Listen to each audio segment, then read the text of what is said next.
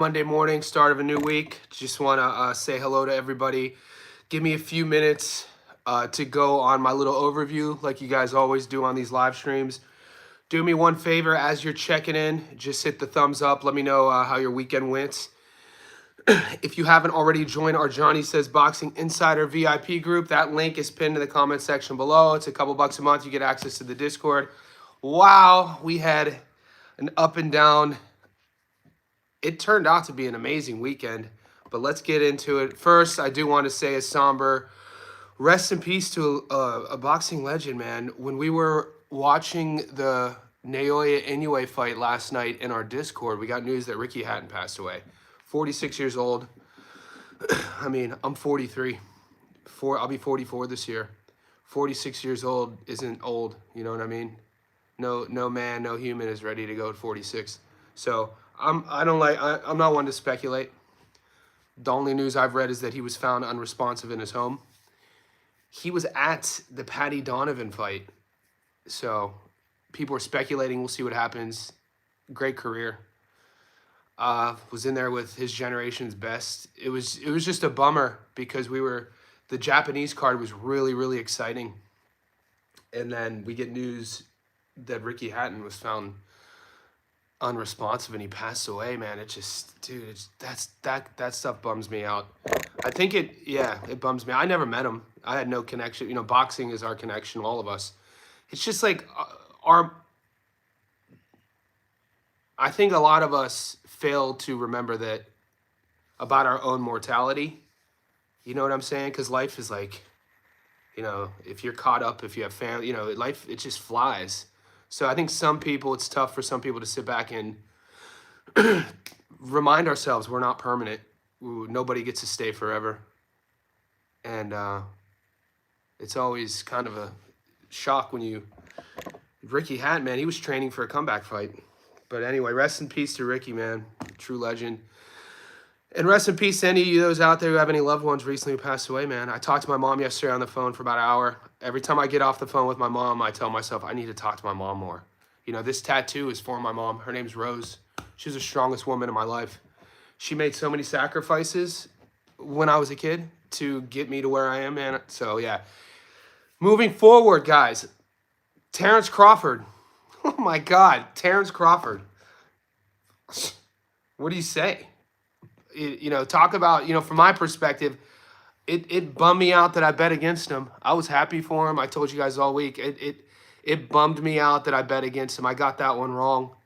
Terence Crawford, oh my God, he boxed beautifully, masterfully. And, you know, hats off to Canelo. I felt like Terence Crawford actually brought that competitive. I'd never seen Canelo frustrated like that before. The first, we'll say 3 or 4 rounds, I was messaging in the Discord and I was like, Jesus, man, we are watching 2 boxing experts in here. Like, it was a joy to watch, especially watching how it was unfolding. And the first few rounds, they're figuring each other out. And then I think it was somewhere around the 4th or 5th where you started to see Bud's class just pull away and Bud's sort of speed pull away. And then around the 5th or 6th round, you started seeing Bud's confidence gain in terms of like feeling like Canelo couldn't hurt him. And then, geez, everything that I saw in Crawford last night, I already knew. It's just that I kind of got blinded by the size thing. And I could sit here and say, you know, the first thing I thought to myself when Bud won, the first thing I told myself was like, how dare you? Because I was always the smaller guy growing up in sports, playing football, baseball, basketball, and boxing. I didn't grow into my, like, you know, physical size. You know, when I was 14, I was 5 feet tall. When I was 16, I was probably 5'3". And then when I was 18, I was 5'11". So my point is, I was always the small athlete who had to rely on skill, speed to overcome the size difference. And man, for me to kind of forget about that and think that the size, I just think with Bud, man, he's one of one. He is one of one, man. World titles at 35, 40, 47, 54, and 68. 5 division world champion. 3 division undisputed world champion. First guy ever. 40, 47, and 68. Jesus, man. Crawford, joy to watch. Canelo too, man. I'm not. I thought watching Canelo get beat like that was actually good for him in terms of, how do I mean this without sounding, I'm not trying to sound ignorant here. I feel sometimes certain fighters need to show fans their flaws for people to really understand who they are. And I think some people were kind of questioning who Canelo really was, his like spirit of a person. Canelo's a dog, dude. Canelo's a dog. And I felt like Bud, for Bud to bring that out of him and then Canelo to be frustrated and then the mutual respect afterwards, it was awesome. It was awesome. We could talk about the promotion. We could talk about the weird awkwardness between Dana and Turkey. We could talk about the lack of nationalism or patriotism. No national anthem. These are all just politics stuff. And then Brandon Adams, I got that wrong. I definitely got that. Hats off to Brandon Adams. Hats off to the Cannon. He fought really well. Brandon Adams, man, got that energy to him. Boacek is exactly who I thought he was. I should have stuck to my guns again. Guys, moving forward, what I'm going to do in the Discord is it doesn't happen every week. It doesn't happen every card. But every now and then there's these cards where my instinct is always right, and then I flip-flop. And so what I'm going to do moving forward, when my instinct is right and I flip-flop, I'm going to do an instinct parlay. So as soon as the fights drop, I'm going to do a parlay, put it active, and post it. And then if I flip-flop, I'll have that as evidence because, there's a few over the last few months that are burning. Me flip-flopping on Fundora, me flip-flopping on Bud, and then me flip-flopping on Adams. So those are 3 big ones. And everything I thought Boacek was, he was, and I still took him. So, and then, to think that Boacek and Adams wasn't on the main card, that was just a slap in the face. To see the co-main, and I don't want to talk too much about the co-main, for Fernando Vargas Jr. and Callum Walsh, younger fighters, but not that young. Nepotism at its best. You could call Dana White, or you could call Callum Walsh Dana White's son. We know Fernando's dad is boxing royalty. They shouldn't have been the co-main. I thought it was a slap in the face. And then you got a war, Lester Martinez and Mbili. And I think Martinez and Mbili were exactly who we thought they were. I picked Mbili. I did not expect Lester to be that big of a dog. I'm not mad at the draw. I did have Mbili up. I had Mbili up, and I thought I scored it fairly. I'd have to rewatch it, but moving forward, Mbili didn't show me anything that I didn't know. I was telling the boys in the Discord, this is exactly who Mbili is. Like, all gas, no brakes. He fights so honorable. You could call him one-dimensional. When you watch a guy like Mbili who fights like that, it is so disrespectful, I feel, in this modern era to say the word one-dimensional unless you use it as an asterisk to use one-dimensional as a compliment. But you guys know the pundits don't call him one-dimensional as a compliment. They kind of use it as a shade. But I learned more about Lester. I knew Lester had power. I just didn't know he had that much. Man, Lester was turning it on late. Man, he showed me a lot. Both guys were durable. That was such an honorable fight. Both men. I'm watching it like, oh, God, these guys are going to be sore as hell. Let's see. Tsutsumi looked great. Short, first-round stoppage. But I took a huge hit on Canelo. I took a huge risk. I think I got too fancy, and then I missed. And that's fine. Japan, though, guys, because I want to talk about Japan. Let me get Donovan and, what happened in the UK. I felt like that was a robbery. I felt like Lewis, he knocked him down twice early, but then I didn't give him any rounds. And that kind of ruined my long parlay. So my long parlay got ruined with Donovan. Patty, he outboxed him. He was the better boxer. He just got dropped twice. but he was doing everything he wanted, control the center. Look at the stats. That was a crazy decision. I'm not going to call it a robbery. Lewis Crockett is the new 147-pound champion, which is crazy. And Lewis, and there are things to like about Lewis. You gotta like the adjustments he made. But to say that he beat Donovan, I disagree. And I don't want to harp on that too much. So long parlay got dusted by the Donovan decision. I thought I was gonna have to start stripping again because I put the house on Canelo, and he lost. But then I was redeemed. In Japan, and historically, boys, we don't speak about it enough. I do my best work in Japan and Australia. I don't talk about it, but I was looking at the last 5 Japanese cards, mate. Going all the way back to the January card. But anyway, so we had Inoue last night in Japan. He won a decision against MJ. I won all my money on Medina, and I told you guys all week. I brought it up with TJ on the live stream before the card, and I said that and I gave you guys 2 upset of the weeks. It's the first week that I hit both of them. I gave you guys Raiko Santana to beat Nelson. I felt like 375. I was like, Raiko beat Lester. I was like, I had Raiko beating Lester. How the hell is he a 375 dog against Nelson? Was that fight stopped a little bit early? Yeah. Was I mad about it? Hell no. We ate. So if you listen to me, you ate on that one. And when I give you upset of the weeks, don't parlay them. Just go heavy on them. So that's I'm going to talk about the adjustments I'm going to make as well with betting and kind of based on the feedback you guys give me in the Discord and all the DMs and the emails you guys all who are contacting me is single props. Don't put them in a parlay. And for now, guys, the long parlays, we're missing 1 and missing 2. We're getting draws, some bad decisions. I'm going to still do the long parlay, but don't put too much emphasis in them. Don't go heavy on them. 10, 25 bucks, 50 bucks, nothing too crazy. If you're looking at the value of a bet, it's the prop.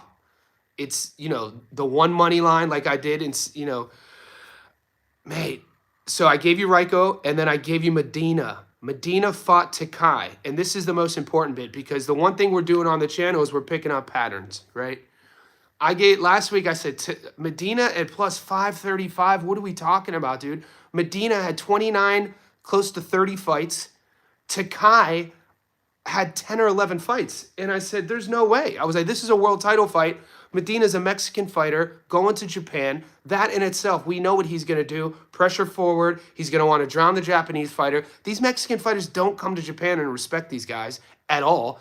And if you do your research, you'll see the Japanese fighters go to Japan to train.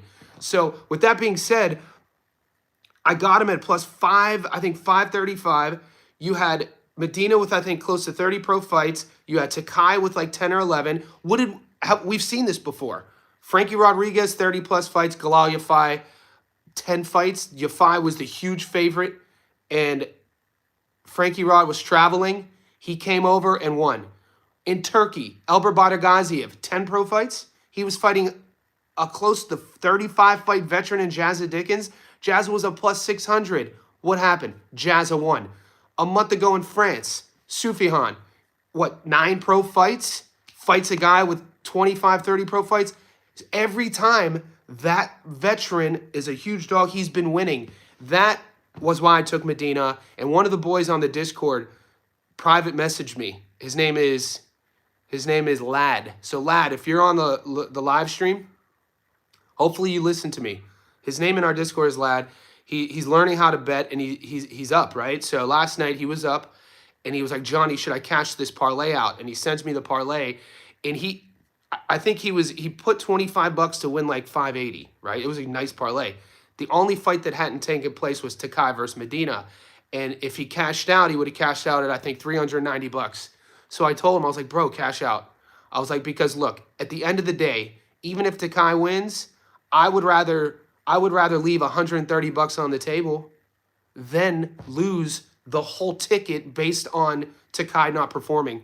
So, because I told him I took Medina, and I don't know, he didn't respond to me. Hopefully he cashed out. Hopefully he left with some money. But I went 100%. I picked my money line hit in Japan. I hit a plus 700 in Japan. I hit a plus 530 in Japan. And then my biggest hit in Vegas was Ryko at a plus 350.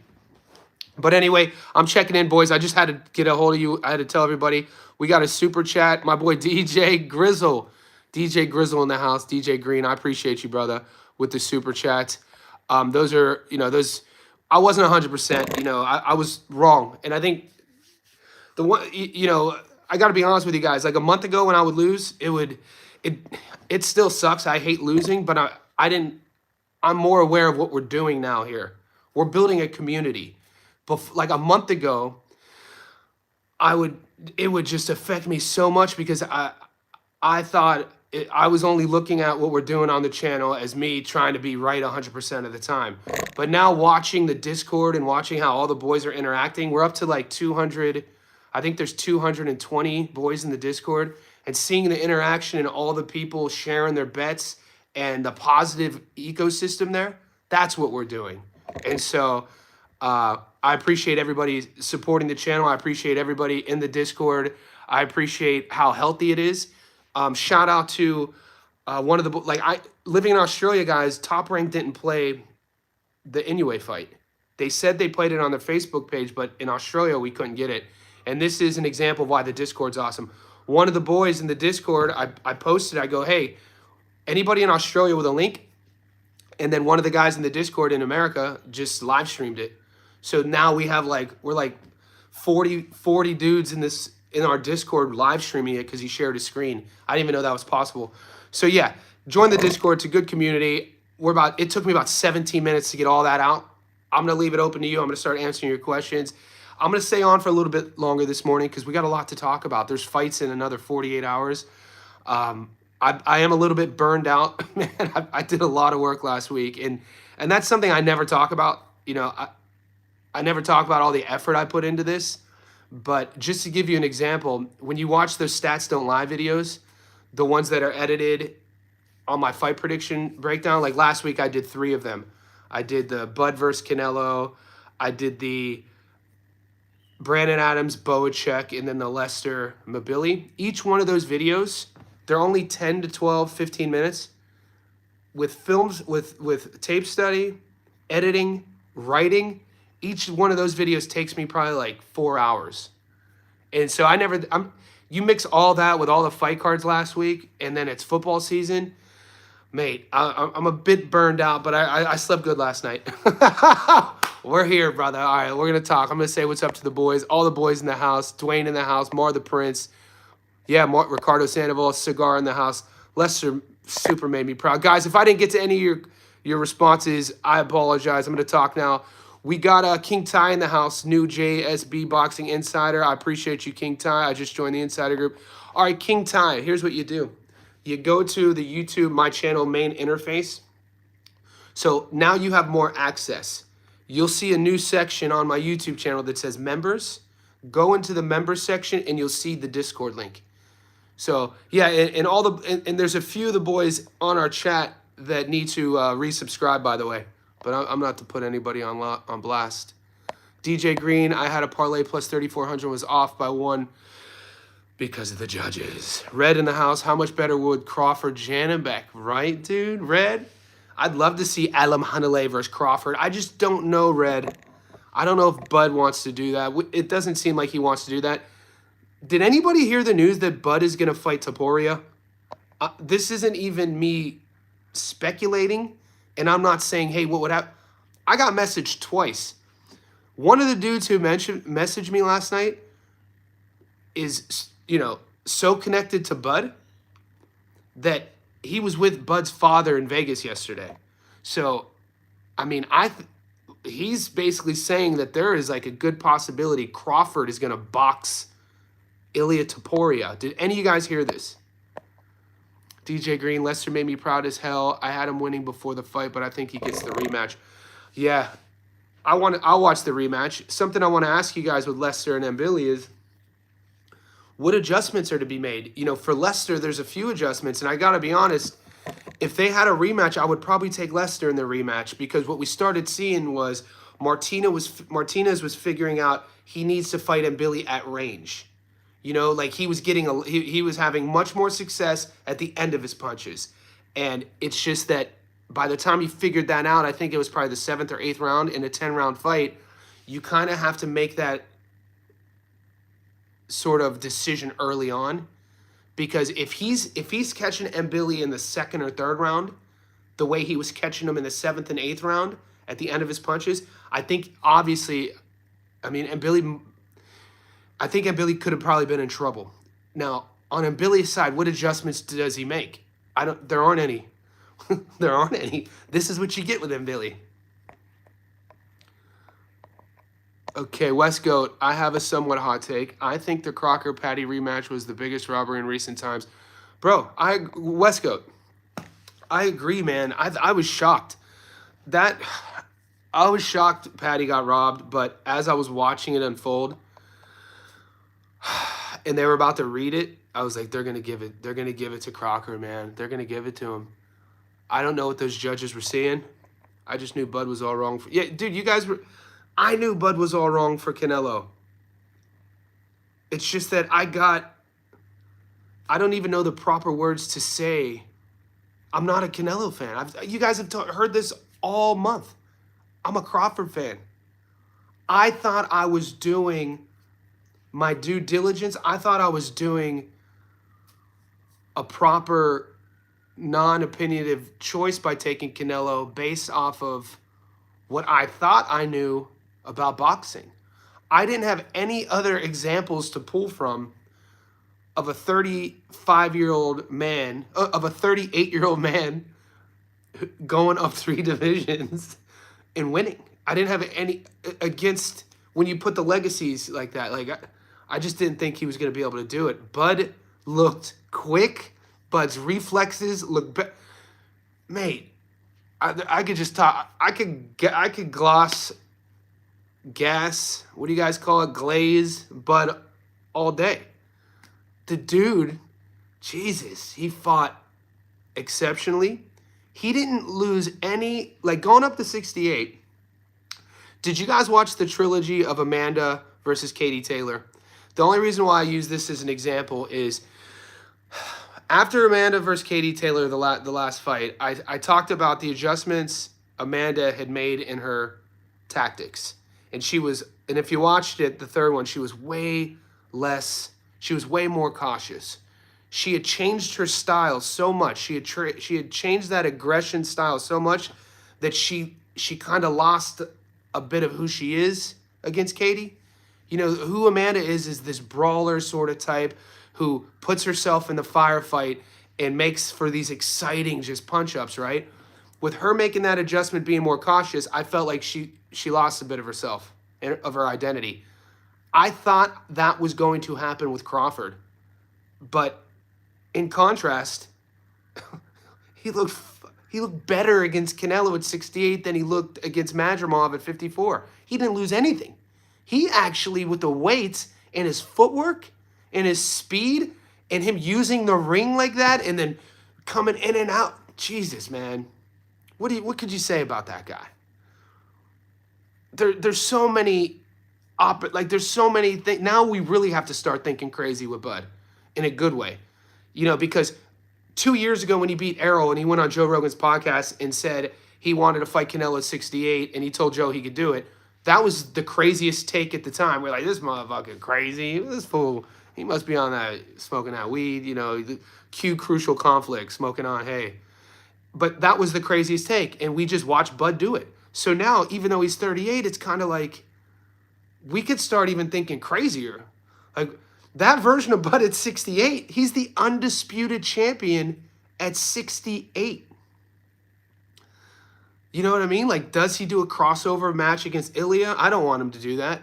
If they give him $100 million, go do that, Bud. But I don't think Ilya is a draw internationally. I know he's big in Spain. He's not really marketable. I mean, I don't know. There's nothing Bud's going to do that I'm going to disagree with. But in terms of, like, boxing, why not go to 60 and take Lara's belt?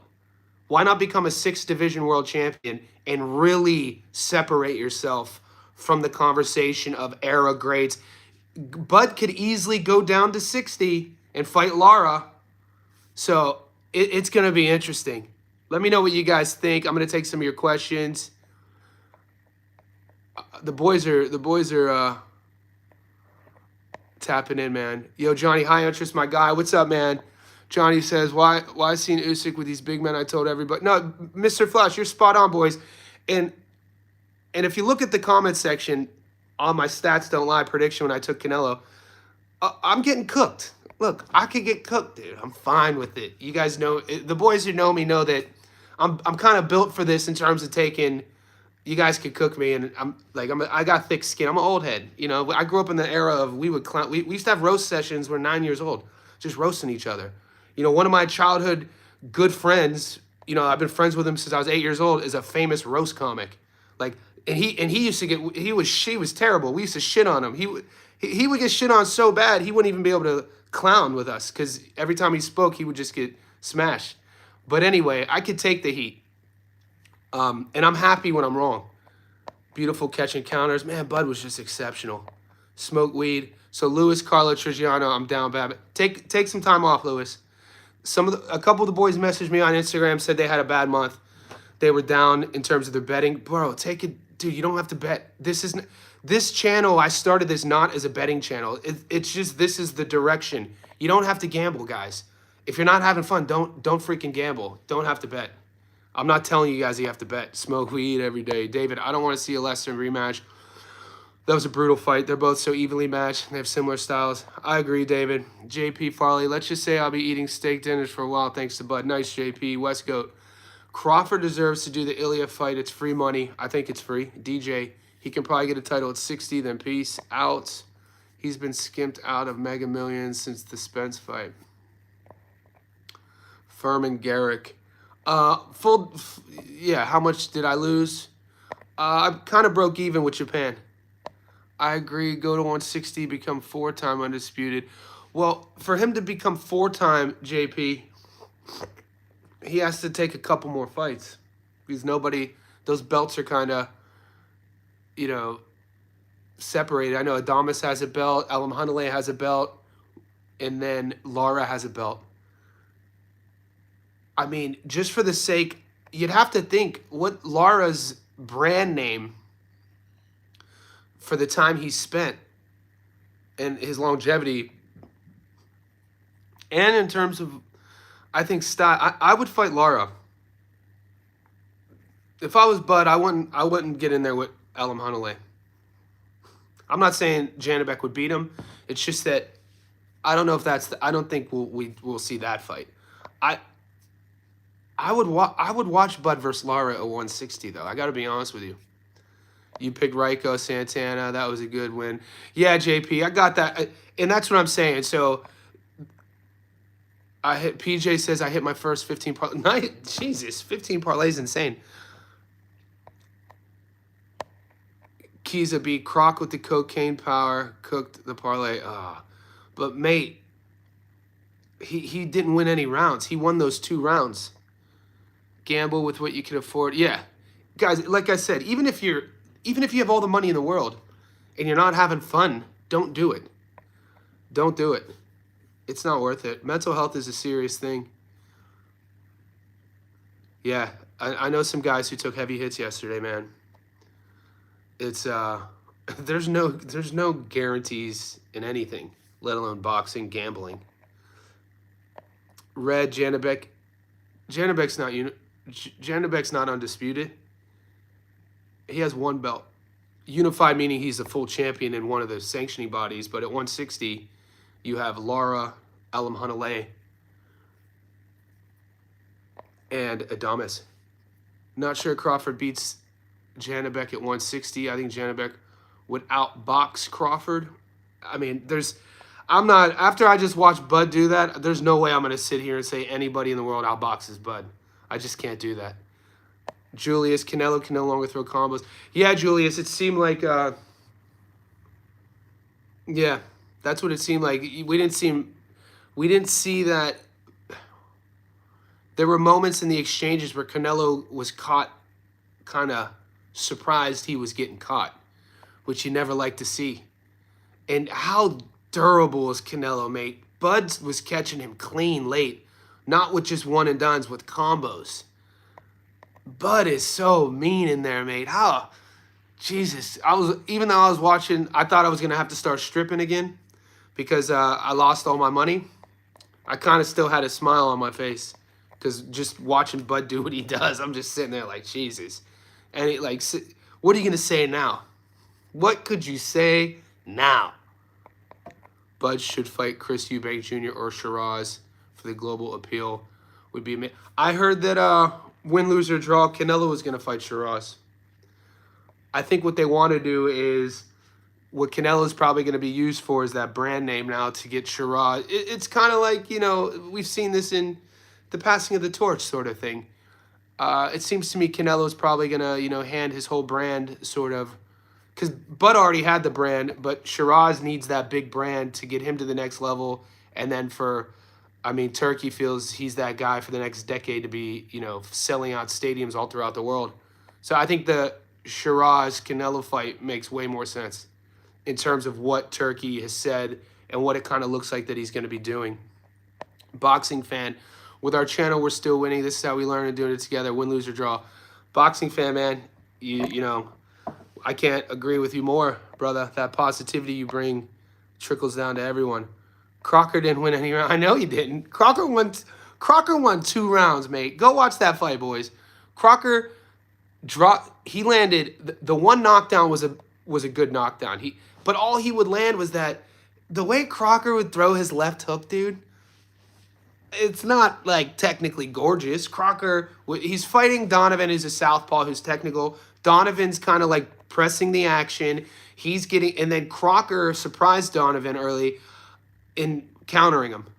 And so the way Crocker would throw that hook, he would throw that one from the orthodox with his back against the ropes when you slip down and you throw it over like that. So he's not, you know, Crocker's not throwing like a technical in the pocket hook like here. He's doing the one where he's here, that one. It's like that chopping one. And that's the one he caught. He kept catching Donovan. But those are the only punches he caught him with.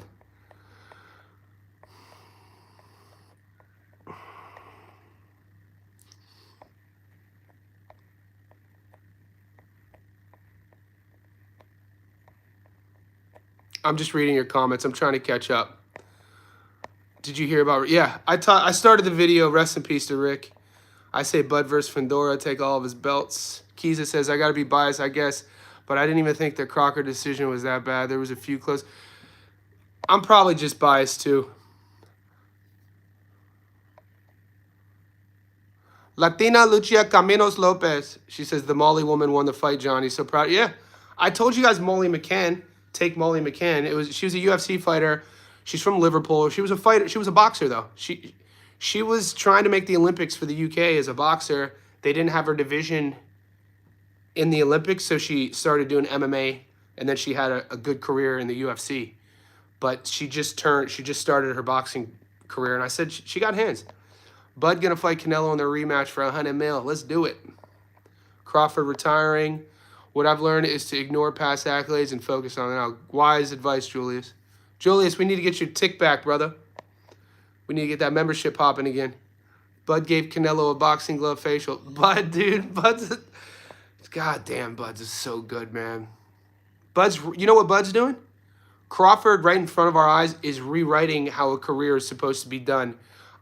Because the whole inactivity, that's dispelled. You know why? Because what he's proven in his inactivity, especially in his mid-30s, is like, hey, bro, if you got injuries, and I'm not saying he does, but what I've seen is a guy who's used his inactivity to heal up, to get stronger, and to level up in his mid-30s, when most fighters historically in their mid-30s are either retiring or degrading based off of being too active.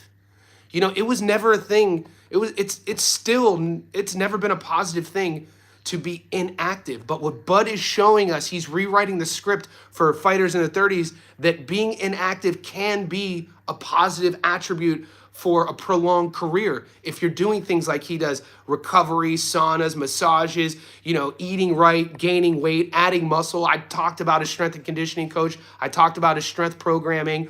And what we're seeing is a guy who obviously now with evidence, those inactive years were years that he's able to rest, recover, rebuild, get stronger, and then perform again, rather than fighting for paychecks, having to be active. I don't want to get ring rust. Okay, so get hit 300 times again when you're 34, 35, and then, shorten your career and then just become a doormat. Or you could do one fight a year, and within that whole year, you could treat that year like a business.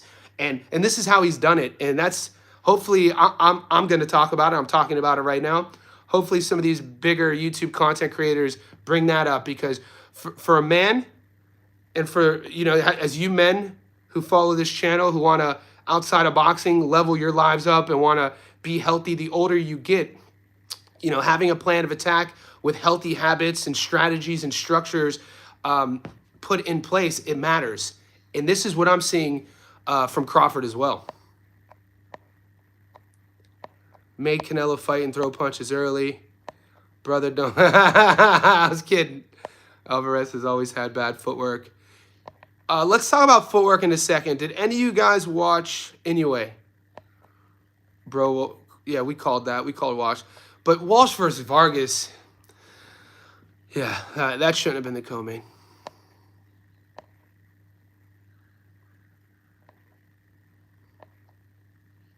Daniel Vega says, I was so mad at Crocker's decision. I hope he fights Haney versus Norman winner. He will be food for those guys. Yeah, I think he's a full champion, guys. You know what would be fun?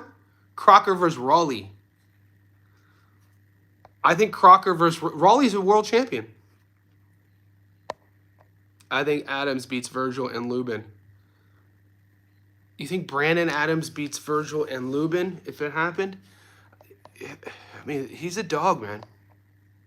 Yeah, I got eyes on Perro's next fight. Guys, we got fights in a few days. We'll get to those. I'm going to go live I'm going to do another live today. So, guys, I'm going to do another live today. We'll talk about the fights coming up. I want to keep it focused on what we just saw, both in Japan and in Vegas. Fresh BX says, I'm glad I ain't bet on that fight yesterday. My biggest regret was Adams. He was in my head the whole time, but I never got around to watching the tape. Yeah, I mean, TJ from Chilltown told you guys about Adams.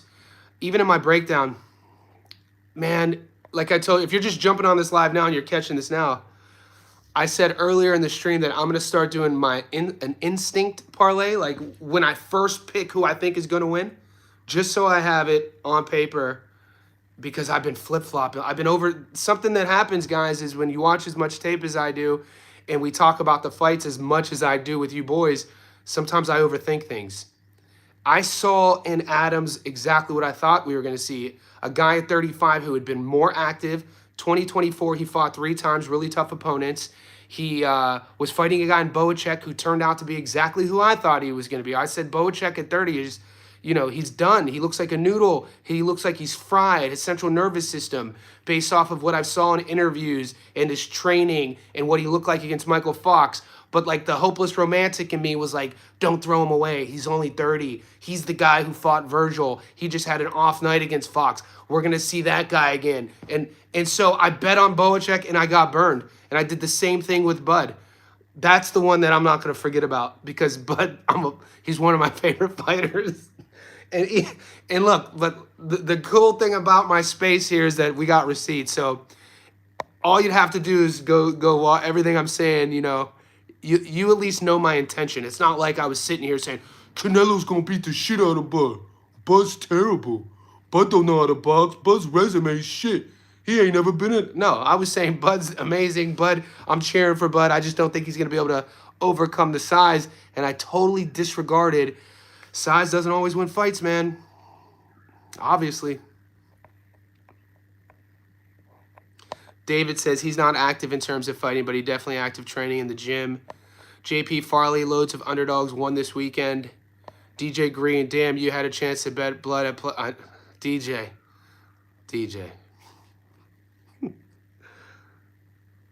You know what I was worried about, DJ? I kind of carried over a little bit of trauma from the years of my channel being called a Bud fanboy channel, and this is true, guys. About a year, or like especially after the Errol Spence Jr. fight, I was getting so many people saying I was a Bud fanboy, and so I'm not saying that's why I picked Canelo, but I think there's like a percentage of my reasoning kind of being a contrarian. I'll show you, punk ass, like that sort of thing. I'm not, but yeah, that one's gonna stick with me for a while. Keys and Medina knockout, Inoue points, been calling them. Yeah, what'd you guys think of Inoue? With Inoue last night, he fought MJ. We saw a very different Inoue. We saw a guy who was way less reckless. We saw a guy who his feints last night were on point.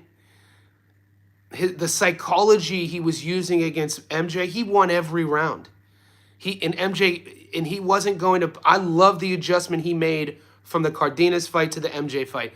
MJ much more, I feel, dangerous fighter than Cardenas in terms of the all-around skill set. I don't think that's shocking, but it seemed to me Inoue was reading the comments of him getting dropped against Neri, getting dropped against Cardenas, and we saw a very controlled, precise game plan.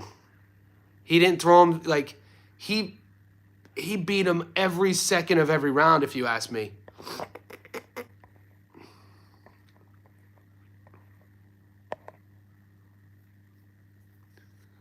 Albert says, I may cause some trouble with this, but Floyd is 48 years old. I would put a big bet on him to beat Crawford. That would cause some trouble. Yeah, you think he's that elite at 48? Heaven sent. Johnny, I had Dichko and Boacek losing also. Before I knew about Dichko, someone with a mouthpiece made it seem like he was the next Tyson Fury. No, I said take Franklin.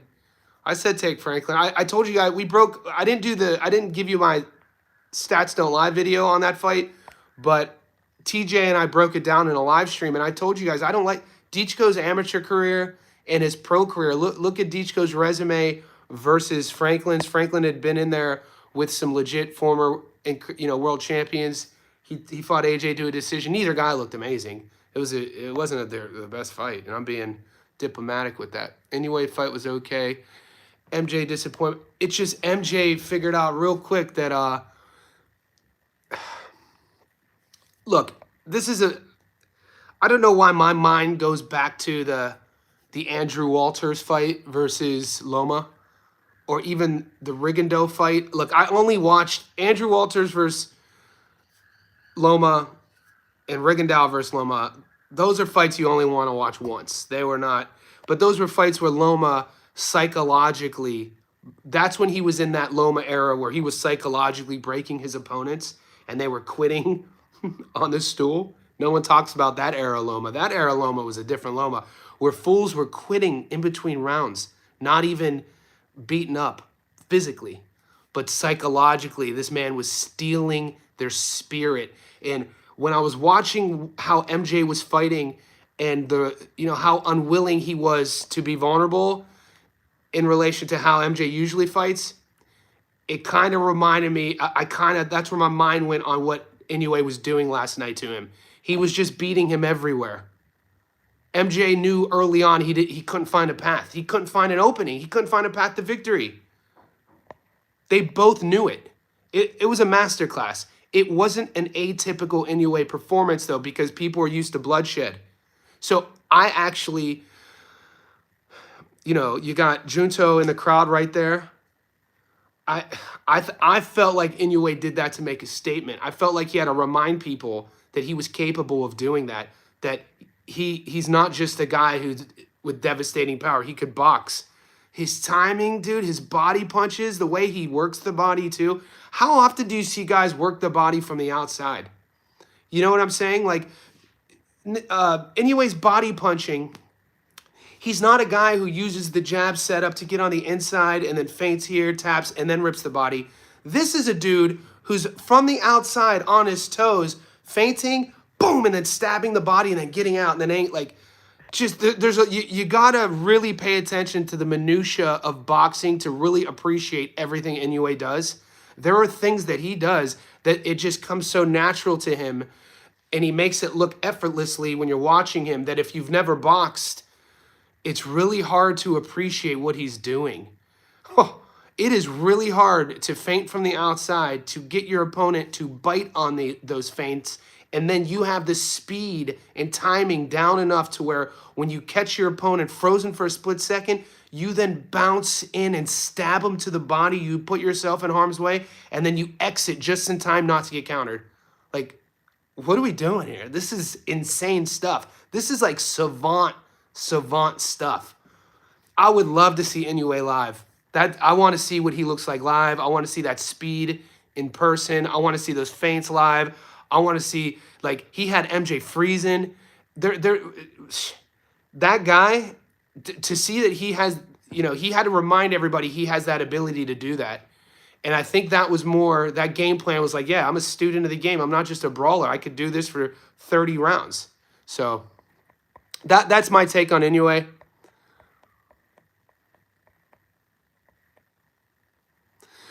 You fell for the same narrative in the Spence fight, bigger, stronger. No, I didn't. 00 tricks. I took Bud in the Spence fight. What are you talking about? 008, this is where I got to call out lies. 008 tricks says, Johnny, you fell for the same narrative in the Spence fight, bigger and stronger, but skills pay the bills. No, I picked Bud in the Spence fight. I have all the receipts. I told you guys Crawford was going to stop Spence because of his... I thought Crawford, and Crawford didn't use his speed. I thought Crawford was going to, rely on his speed and his sort of like, what's the word? Finesse to beat EJ. I had him winning. I had him beating EJ. I didn't expect him to bully EJ. So don't try to rewrite history and say I picked EJ to beat Bud, because everybody on my channel who's been with me knows that's not true. I did a breakdown on that. MJ went to court to get this fight, talked so much trash. I didn't even have him winning 2 to 3 rounds. He's showing the Japan fighters they haven't got to go too far every fight after them 2 deaths on the same card as well, maybe. Yeah, it was a gorgeous performance, Kiza. I do. I think Inoue fought a fight tailored to his opponent. Look at the result, a complete shutout, masterful. Complete shutout. I couldn't find one round for MJ. Rambler, Flomo puts people to sleep, plus he would need to his bodyguard, Kenny Bayless, to unretire. Yeah. That's a funny take, but there's truth behind it, Rambler. DJ Green, I always said I had Franklin Ditchko, just big and slow. Yep. Have to believe me, we are magic. I love the word. Rambler, Tommy Fury would beat Flomo with his read. Okay, now, Rambler, now we are getting to the point where we've reached a division in the road. Heaven sent. Ditchko may retire. I think even Lawrence Okoli beats him. Yeah. Whoa, what are you shading Lawrence Okoli out here? You think he would beat him? I think Okoli would be favored in that fight.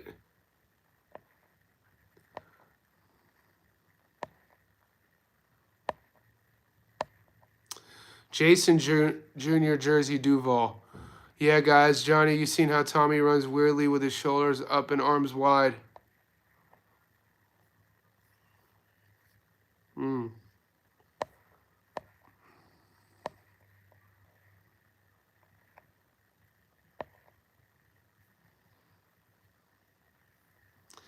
Liam Paro versus Papo. Guys, there's an Australian card this week.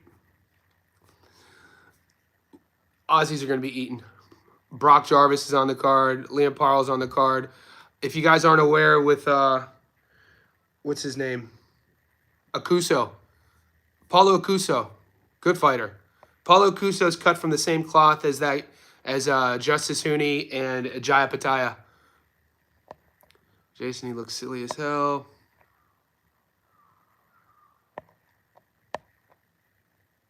Goods. I know, man. Sometimes we can't explain things, Goods. Sometimes we can't explain things. What leads us astray. S6. Great weekend with the boys. Great Discord. We got Johnny Cash. Massive. Appreciate you, man. I love to hear that. I love to hear it. I love to hear messages like that. Goods, that was the easiest 5K. Beautiful, Goods. I love to hear that, man. I'm glad you guys hit. Crawford at plus money is crazy that oh, God. That one's going to stick with me for a while. Kiza, I thought.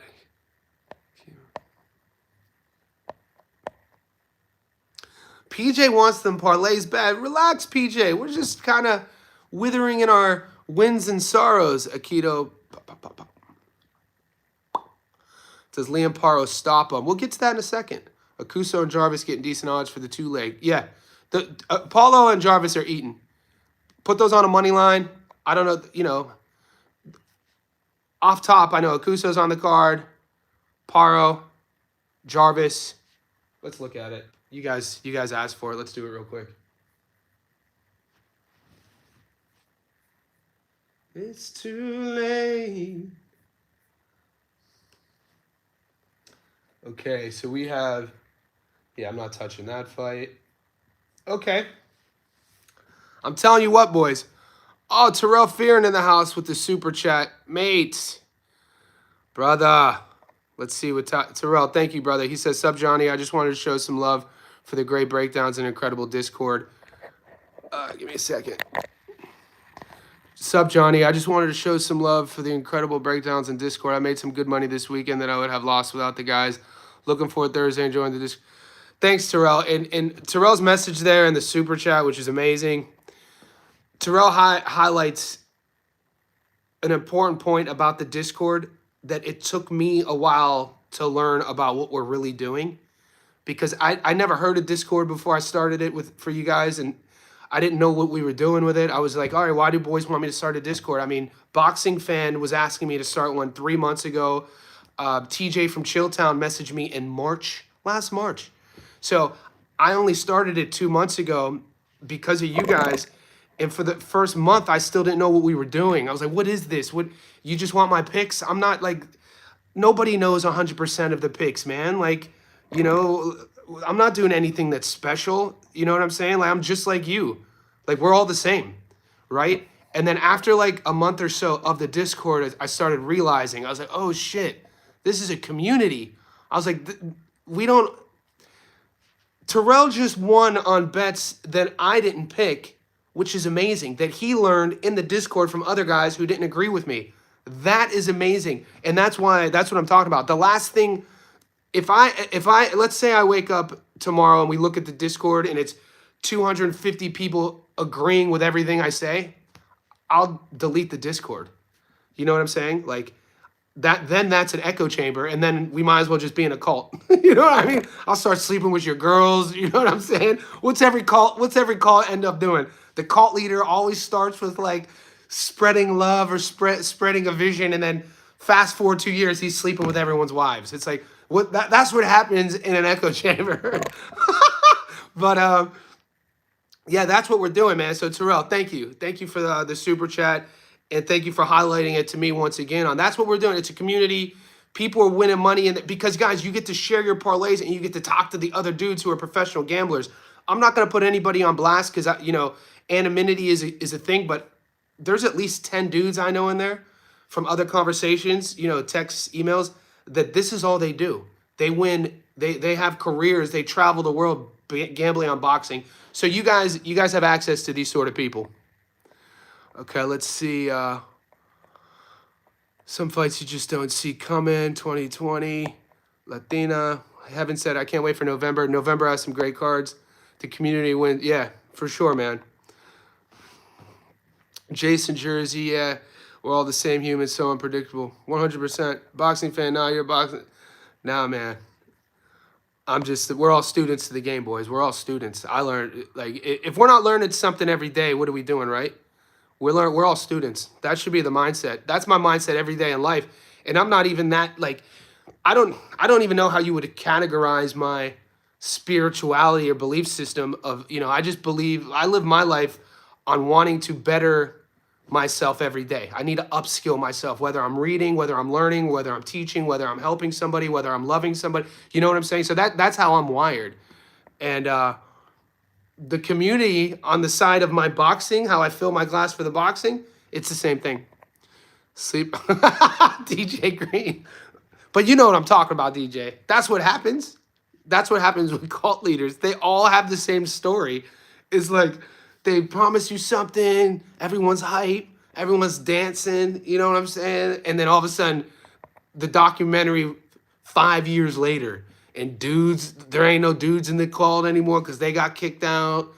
You know, old mate got like 7 wives. Dudes ain't eating no more. No one's happy.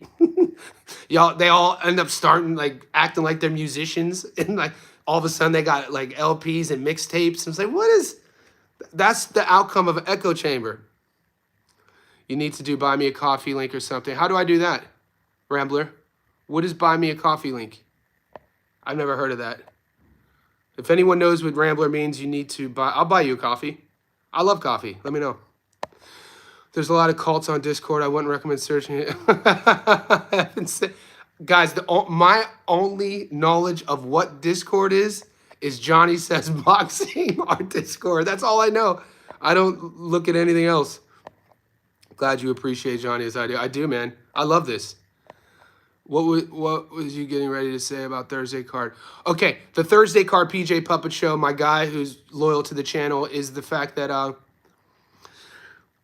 it's a feeder card. The favorites are going to win except one fight. I'm glad you reminded me. There's a kid from Western Sydney. This is a true story. He's on the card.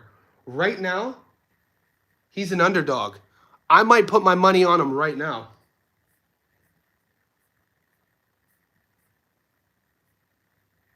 All right.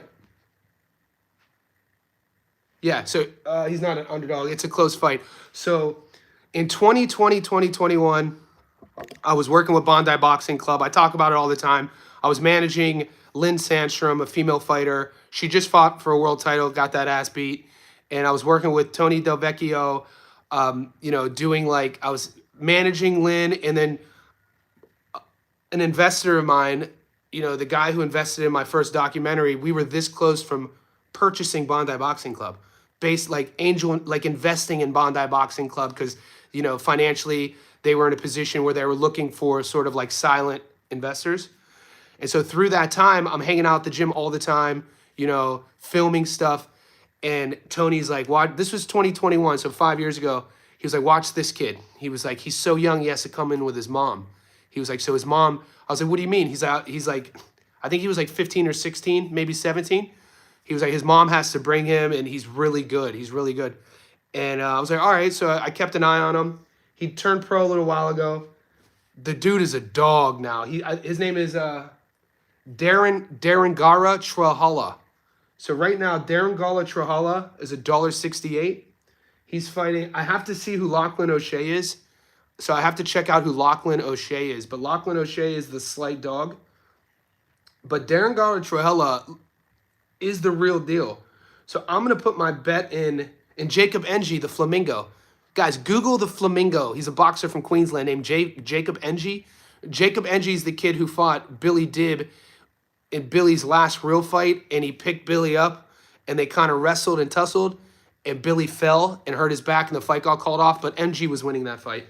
So right now, on the parlay, I got, oh shit, Liam, dude, this is a good card, guys. I got, just on the money line, I got Paro. Let's do this real quick. This isn't official, but Liam, feeder. Liam Paro, feeder. Liam Wilson, feeder. Brock Jarvis. I have to do the tape. I got to see Ken Aitken. I think Ken Aitken's pretty decent. Paulo Acuso, Jacob Ng, and then Daringa Trahala. That's 378, but not official. We're going to make money in Australia like we always do. Rambler with the super chat, man. Thank you, brother. Rambler taking care of the channel like always with his feedback. What was you getting ready to say? You actually right. It feels like the day after Christmas. It does feel like. So, David, I don't know what part of the world you live in, David, but I guess in Canada and Australia. Obviously, I live in Australia now. I didn't learn this until I moved to Australia, because in Northeast Ohio, we got Christmas, and that's it. And it's born, and I grew up in the part of Northeast Ohio where, man, we were on welfare as a kid. All I remember Christmas where I come from, snowing, cold. I tell these stories when I go home to visit my mom because my mom, she didn't graduate college until I was 13. So up until I was 13, we were living in a 2-bedroom house, poor, 6 people in a 2-bedroom house. My mom, my dad, 4 kids. And then when I was 14, she had been working at a hospital as a nurse for a year, and then she moved us to a nice neighborhood and bought a house. So my little sister grew up in a life of like nice, but I grew up. Anyway, when I think of Christmas, I don't have a lot of good memories with Christmas, and I use humor to tell, as you could tell, like I've always used humor to kind of like navigate life.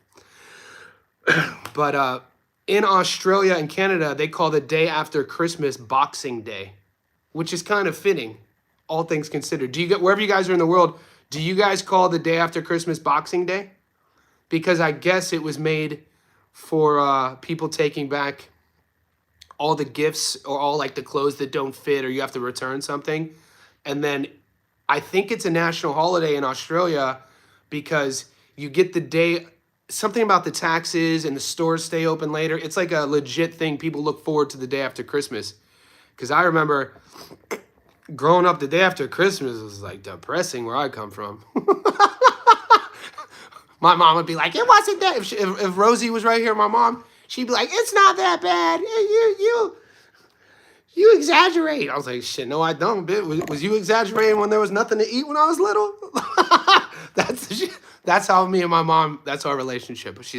I talked to my mom yesterday. Beers, water, and soda till I die. Johnny says boxing. Porter and Magazine Vet here. Shooter McGavin, Vallejo, Porter, and Magazine Vet. They got Trahala as the B-side. They do. That's what I'm saying. Guys, do your homework on Trahala. Still young, not a finished product. They got Trahala as the B-side. I got to check out who he's fighting. So that's not in stone yet. It sounds like it's going to be a step up. Yeah, in the UK we do as well. Every day is Boxing Day in my house. Yes, sir, boxing fan. Jason Jr., Jersey Duval, we get to Christmas in no time.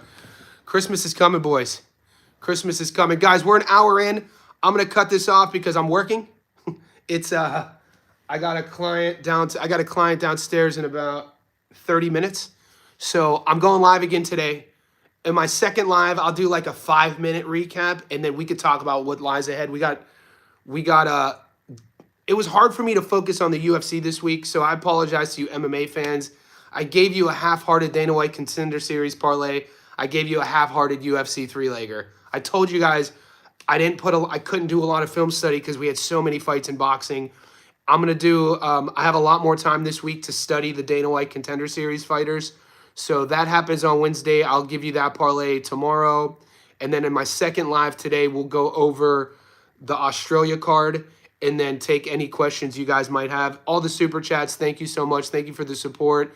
New subscribers, new Johnny Says Boxing Insiders. Thank you. I'll talk to you guys soon.